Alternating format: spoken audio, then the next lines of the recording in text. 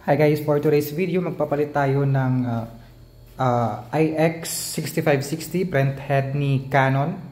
So, nabili ko siya sa AliExpress worth 3,800 something plus custom tax na 500 something. So, na-delivered siya via FedEx. And then, i-unbox natin yung print head ng IX6560 ni Canon. So, akala ko na scam ako, but I think okay naman ito.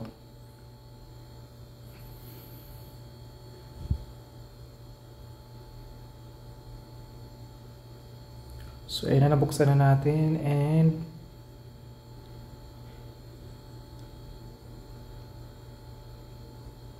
so, bago naman yung print head, akala ko refurbish. Kasi something, nabasa akong refurbish. Pero nung nabuksan ko, sealed naman siya ng UV plastic. So, medyo kinabahan ako at first kasi medyo basa siya sa loob. Andin kumalat yung mga ink.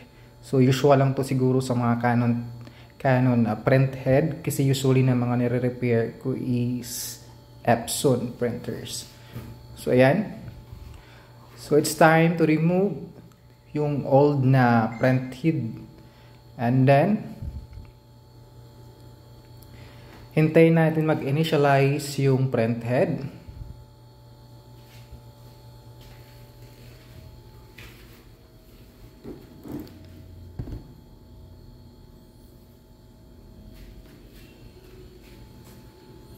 So, hintayin natin na lumabas yung print head para ma-eject natin sa kanyang carriage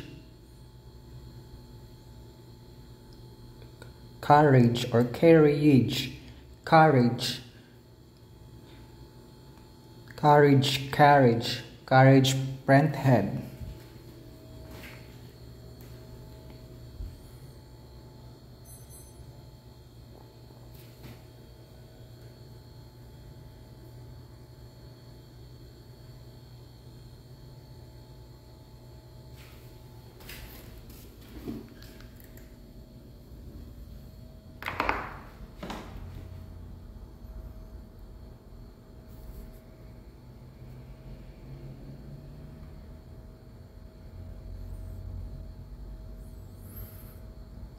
At ayan na nga, i-remove na natin yung mga cartridge.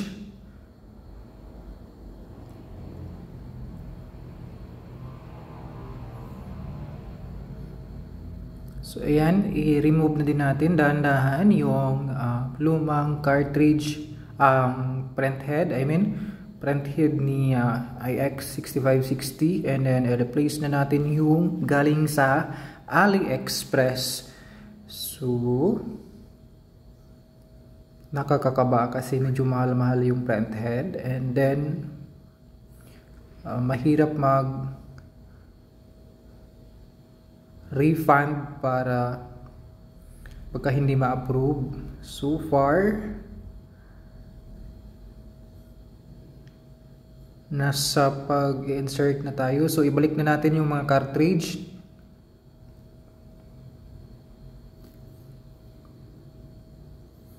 Tandaan lang kasi medyo masilan, and first time kong gumawa ng Canon kasi medyo mahal din tong mga cartridge ng Canon.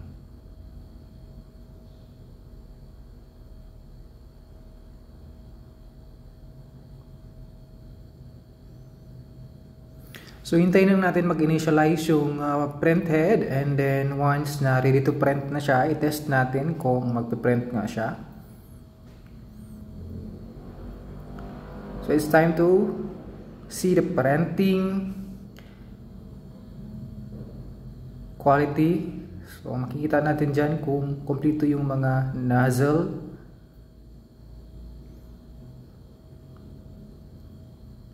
So, sa kabilang printer yan. So, hintayin lang natin na matapos yung pag-initialize. And then, magpiprint ako dito.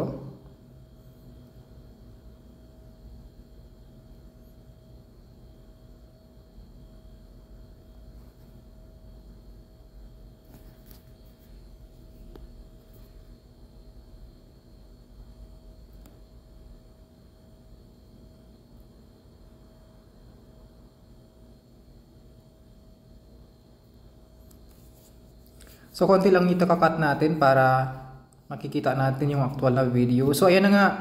So kumpleto naman yung mga nozzle ng print head. So far so good. Thank you so much sa AliExpress. And thank you for watching, and please don't forget to subscribe.